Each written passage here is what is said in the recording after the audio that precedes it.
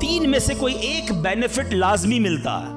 آقا فرماتے ہیں یا تو اس کا اس دعا کے بدلے گناہ بخش دیا جاتا ہے, یا اس میں جو مانگتا ہے وہ مل جاتا ہے, دنیا میں جو مانگا وہ مل گیا. سیکنڈ یہ آپشن ہے. تیسرا فرمایا کہ اللہ اس کے لیے اس دعا کا ثواب جمع کر دیتا ہے. حدیث کے الفاظ ہیں جب بندہ قیامت کے دن جا کر اتنی ساری نیکیاں دیکھے گا, پہاڑ جتنی, تو عرض کرے گا مولا یہ کام تو میں نے نہیں کیے, کدھر سے ہوئے؟ ارشاد ہوگا یہ تیری وہ دعائیں ہیں جو دنیا میں قبول نہ ہوئی تھیں, اس کا ثواب ہم نے جمع کر دیا ہے. بندہ قیامت کے دن تمنا کرے گا کاش میری دنیا میں کوئی دعا ہی قبول نہ ہوتی, اتنا اجر اتنا ثواب. تو اس کا مطلب کیا ہوا کہ دعا مانگتے وقت کنجوسی نہ کیا کرو. ایچ اینڈ ایوری ورڈ, ہر لمحہ آپ کا دعا میں عبادت ہے, اور یہ آپ کے نامہ اعمال میں بڑھوتری کا سبب ہے. دعا میں یہ نہ سوچا کرو کہ پتہ نہیں کیا ملنا ہے نہیں ملنا, یقیناً ملنا ہے. اب دوسری حدیث سنو اور ایمان تازہ ہوگا. اللہ کے حبیب علیہ الصلوۃ والسلام فرماتے ہیں جس کا مضمون ہے کہ جب کوئی فاسق, فاجر, گناہ گار دعا کرتا ہے, بعض اوقات یہ بھی خیال آتا ہے شیطان ہے نا یار میں 5 ٹائم نماز بھی پڑھتا ہوں, میں روزے بھی رکھتا ہوں, میں درود بھی پڑھتا ہوں, میں زکوٰۃ بھی دیتا ہوں, میرے کام سیدھے ہوتے نہیں ہیں, میری دعائیں قبول ہوتی نہیں. وہ برابر میں میرا پڑوسی ہے, ایک وقت کی نماز پڑھتا نہیں ہے, کام سارے اس کے الٹے ہیں, کاروبار اس کا ترقی کر رہا ہے, گھر اس کے بن رہے ہیں, یہ کیا ماجرا ہے؟ اول تو ہمیں یہ سوچنا نہیں چاہیے کہ میں نیک ہوں, ہر وقت ہمیں یہ سوچنا چاہیے کہ میں سب سے برا ہوں, میری بہت ساری خطائیں. لیکن اس کے باوجود اب جو میں حدیث سنانے جا رہا ہوں یہ بہت سو کی بہت بڑی کنفیوژن کو دور کر دے گی. اللہ کے حبیب علیہ الصلوۃ والسلام فرماتے ہیں جس کا مضمون ہے جب کوئی فاسق, فاجر, گناہ گار شخص اللہ کی بارگاہ میں دعا کرتا ہے, اللہ فرشتوں سے فرماتا ہے اس کا کام جلدی کر دو. کیوں؟ فرماتا ہے اس کا مانگنا پسند نہیں آ رہا, اس کی آواز اچھی نہیں, جلدی کام کر دو. اور فرمایا جب اللہ کا کوئی نیک بندہ, رب کا محبوب جب اللہ کی بارگاہ میں دعا کرتا ہے, اللہ فرشتوں سے فرماتا ہے ابھی اس کو نہ دینا, ابھی اس کا کام نہ کرنا, اس کو اور مانگنے دو, مجھے اس کا مانگنا بڑا پسند آ رہا. میں آپ سے پوچھتا ہوں خدا کی قسم, میں جو مانگوں وہ مجھے میرا رب دے دے, یہ اچھا ہے یا زندگی میں ایک دعا میں ایسی کروں کہ اللہ جبریل سے کہے کہ میرے بندے کا کام نہ کرنا, اس کو اور مانگنے دو, اے میرے فرشتوں اور مانگنے دو, مجھے اس کا مانگنا بڑا پسند آ رہا. کاش زندگی میں ایک دعا, مجھے بتاؤ نا میرا رب یہ کہہ دے کہ میرے بندے کی آواز مجھے پسند ہے, پھر تو میرا کام ہو گیا نا, میرے رب کو میں پسند آ گیا, اس سے بڑی کیا چیز ہے. مگر بدقسمتی ہے اس شخص کے لیے جو اللہ کی بارگاہ میں شکوہ کرتا ہے کہ میرا کام نہیں ہو رہا, میری دعا قبول نہیں ہو رہی. جلدی نہ مچایا کرو, اللہ پر بھروسہ رکھو. اور اب آخری بات سے اور آپ کا کلاؤڈ کلیئر ہو جائے گا. وہ لوگ جو کہتے ہیں پتہ نہیں میرے مسئلے حل کیوں نہیں ہو رہے, میں اللہ کی بارگاہ میں اتنا دعا کرتا ہوں مسئلہ حل نہیں ہوتا. سنو, اب میں آپ کو ایک لاجیکلی مثال دیتا ہوں یا عقلی مثال دیتا ہوں. آپ والد ہیں, آپ میں سے بہت سارے والد ہوں گے, کئی بڑے بھائی ہوں گے, آپ نے بچے پالے ہیں یا کئی ابھی بھی بچے والے ہیں. میں آپ سے سوال کرتا ہوں, آپ کا چھوٹا بیٹا ہو, اسمال چائلڈ, بیمار ہو جائے, گلا خراب, فلو, شدید کھانسی, اب وہ بچہ آپ سے ضد کرے کہ ابو جان میں نے آئس کریم کھانی ہے, میں نے ٹھنڈا شربت پینا ہے, کھانسی بھی ہو رہی ہے, بتائیے آپ پلائیں گے اس کو؟ جواب دیجئے. سب منع کر رہے ہیں, نہیں پلائیں گے نا. اچھا اب وہ بچہ رونا شروع کر دے, آپ کے بالکل سامنے بیٹھے چیخے مار رہا ہے, رو رہا ہے, آپ کا ایک دوست بھی ساتھ بیٹھا ہے, وہ ابھی آیا, دیکھا بچہ رو رہا ہے آئس کریم کے لیے, باپ کہہ رہا نہیں کھلاؤں گا. اب دوست کیا کہے گا, یار کیسے والد ہو, بچہ رو رہا ہے کھلا دو نا آئس کریم. اس کو پتہ نہیں ساری بات, تو آپ اس کو کیا رپلائی دیں گے؟ آپ کہیں گے میں والد ہوں, مجھے پتا ہے بچے کو کب کیا دینا ہے, ابھی آئس کریم کھلا دوں گا تو گلا خراب ہو جائے گا, یہ اور بیمار ہو جائے گا. اس کو آئس کریم دینا اس سے محبت نہیں ہے, دشمنی ہے. ایسا ہی ہے, ذرا بات میرے ساتھ رہیے گا. اب بڑی دل پر ہاتھ رکھ کر میری بات سننا. تم والد ہو, تمہیں پتا ہے بچے کو کب کیا دینا ہے, میرے خالق کو نہیں پتا مجھے کب کیا دینا ہے. میں مانگ رہا ہوں یا اللہ روزی میں برکت دے, وہ نہیں دے رہا. میں مانگ رہا ہوں یا اللہ اولاد دے, وہ نہیں دے رہا. میں گر گڑا رہا ہوں یا اللہ کرائے کے مکان میں ہوں, اپنا مکان دے دے, وہ نہیں دے رہا. اے مولا میں فلاں ملک میں جانا چاہتا ہوں, ویزے لگانا چاہتا ہوں, نہیں مل رہے ویزا. ارے کیوں یقین نہیں رکھتے؟ جتنے ادھر بیٹھے ہو میں آپ سے پوچھتا ہوں, کون ہے جو یہ کہتا ہے میری ماں مجھ سے محبت نہیں کرتی؟ ارے ماں تو وہ ہستی ہے جو اپنے سارے سکھ قربان کر کے ہمیں سخی کرتی ہے، ساری رات ہمارے لیے جاگنے والی ہماری ماں ہے۔ تو جو ماں تکلیف نہیں دے سکتی، وہ ماؤں سے زیادہ پیار کرنے والا کیسے ہماری دعا قبول نہیں کرے گا؟ یہ یقین رکھ لو، اگر میں مانگ رہا ہوں وہ نہیں دے رہا تو وہی میرے لیے بہتر ہے۔ میرا کام نہیں ہو رہا نا، وہی میرے لیے بہتر ہے۔ جو اولاد کے تمنائی ہیں، نہیں مل رہی اولاد، یقین کر لو کہ میرے لیے اولاد بہتر نہیں۔ پوچھو ان ماں باپ سے جن کے بچے مار کر انہیں گھر سے نکال دیتے ہیں، وہ کہتے ہیں کاش بچہ پیدا ہی نہ ہوتا، بیٹے نے مارا ہے مجھے، بیٹے نے گھر سے نکال دیا۔ ایسی اولاد نہیں دنیا میں؟ ان ماں باپ سے پوچھو، کیا پتا آپ کے مقدر میں ویسی ہی اولاد ہو۔ اور اللہ فرما رہا ہے، اللہ کریم ہے، ہمارے بارے میں اچھا فیصلہ کیا کہ ہمیں اولاد سے محروم رکھا۔ اے میرے بندوں، جب تمہیں ماں باپ پر یقین ہے کہ وہ برا فیصلہ نہیں کرتے، تو اپنے خالق پر یقین کر لو۔ اب اگر یہ سوچ لوگے نا، تو آپ کی لائف بڑی پرسکون ہو جائے گی۔ اب آپ ٹینشن میں نہیں رہیں گے، دعا کریں گے، کام ہو گیا تو بھی اللہ کا شکر، نہیں ہوا تو بھی اللہ کا شکر، میرے لیے بہتر تھا نا، اللہ نے اس لیے نہیں کیا۔ یقین کر لو اپنے مالک پر۔ ایک بار میں افریقہ میں تھا، تنزانیہ میں، ایک بہت بڑے بزنس مین تھے، انہوں نے کہا میرا بہت بڑا ان کا کاروبار تھا، 7,000 گھر انہوں نے بنائے تھے، پورا سٹی بنایا، بڑی محبت کرتے ہیں دعوت اسلامی سے۔ مجھے کہا تنزانیہ آئے ہیں، اب ہمارے ساتھ چلیں اور ہمارے اس پورے شہر کے اندر دعا کر دیں۔ میں نے کہا چلیں، چلتے ہیں۔ میں ان کے ساتھ بیٹھ گیا ان کی گاڑی میں۔ سنیے گا ذرا، میں اس بزنس مین سے ایک بات سیکھا ہوں اور میں بھولتا نہیں ہوں بات، تقریباً جب بھی میں نے یہ بیان کیا مجھے واقعہ خود ہی یاد آ جاتا ہے۔ ہم گئے اس کے ساتھ، one of the biggest business man of that country, بڑا کام تھا ان کا۔ ہم گئے تو اتفاق تھا جو پل تھا اس شہر کو اور ان کے شہر کو ملانے والا، وہاں کوئی ورک ہو رہا تھا، کام ہو رہا تھا۔ گاڑی رک گئی ہماری، وہ بڑا آدمی تھا، اس نے کئی لوگوں کو فون کیا، بھائی ہماری گاڑی کو نکلنے دیکھا، نہیں صاحب گاڑی نہیں نکل سکتی، پل پر کام ہو رہا ہے، ٹریفک کلوز۔ بہت کوشش کی اس نے، نہیں ہوا، ہم واپس آ گئے۔ جب ہم واپس آئے تو مجھے لگا کہ یار اس کو بیچارے کو دل چھوٹا ہو جاتا ہے نا انسان کا، بڑی محبت سے لے کر گیا اور لے ہی نہیں جا سکا۔ تو میں نے کہا آپ گھبرائیں نہیں، اس میں کوئی خیر ہوگی، اللہ خیر کرے گا۔ میں ان کو تسلی دے رہا ہوں۔ یار اس بندے نے جو جملہ کہا نا، وہ کہتا ہے بھائی میری زندگی کا ایک دستور ہے، جب میرا کام ہو جاتا ہے نا تو میں ایک بار اللہ کا شکر ادا کرتا ہوں، نہیں ہوتا تو 2 بار اللہ کا شکر ادا کرتا ہوں۔ میں شاکڈ ہو گیا، میں نے کہا آپ نے کیا کہا، ذرا دوبارہ کہیے۔ وہ بزنس مین ہے، he's not مولوی، کوئی عالم دین نہیں تھے، لیکن مجھے سکھا گیا وہ بندہ۔ میں نے کہا دوبارہ کہیے۔ وہ کہتا ہے جب میرا کام ہو جاتا ہے نا، میں ایک بار اللہ کا شکر ادا کرتا ہوں، جب نہیں ہوتا تو میں 2 بار اللہ کا شکر ادا کرتا ہوں۔ میں نے کہا یہ کیوں؟ کہتے نہیں کس نے کیا، کام نہیں ہوا تو کس کی مرضی سے ہوا، ہم دونوں کا جانا وہاں ٹھیک ہی نہیں تھا، جب ہی روڈ بند ہو گیا، اللہ نے جو کیا میرے مالک نے بہتر کیا۔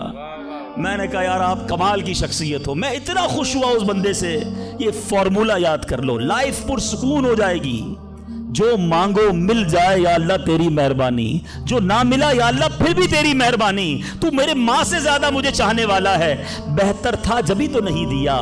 تو بہرحال میرے میٹھے اسلامی بھائیوں، دعا میں کنجوسی نہیں، دل و جان سے مانگو، ٹھیک ہے؟ اچھا اب دعا کے کچھ آداب بھی سن لیں۔ دعا قبول نہ ہونے کا ایک سبب حرام روزی بھی ہے۔ حدیث کے الفاظ ہیں حرام خور کی دعا قبول نہیں ہوتی۔ بندہ حرام بھی کھا رہا ہے، سود کا کام بھی کر رہا ہے، ملاوٹ بھی کر رہا ہے، جھوٹ بول کر روزی بھی کما رہا ہے، کہتا ہے دعا کیوں قبول نہیں ہوتی؟ ایک بار حضرت موسیٰ علیہ نبینا علیہ الصلوۃ والسلام نے ایک شخص کو دیکھا، بڑا رو رہا تھا، بڑا گر گڑا رہا تھا، یا اللہ میری دعا قبول کر لے، یا اللہ میری دعا قبول کر لے۔ حضرت موسیٰ نے دیکھا، اللہ سے عرض کی مولا تیرا بندہ کتنا رو رہا ہے، گر گڑا رہا ہے، میرے مالک اس کی دعا قبول کر لے۔ ارشاد ہوا اے موسیٰ یہ اتنا روئے کہ روتے روتے مر جائے، اتنے ہاتھ اٹھائے کہ اس کے ہاتھ آسمان کو چھو لیں۔ اے موسیٰ میں نے اس کی دعا قبول نہیں کرنی۔ عرض کی مولا کیا وجہ ہے؟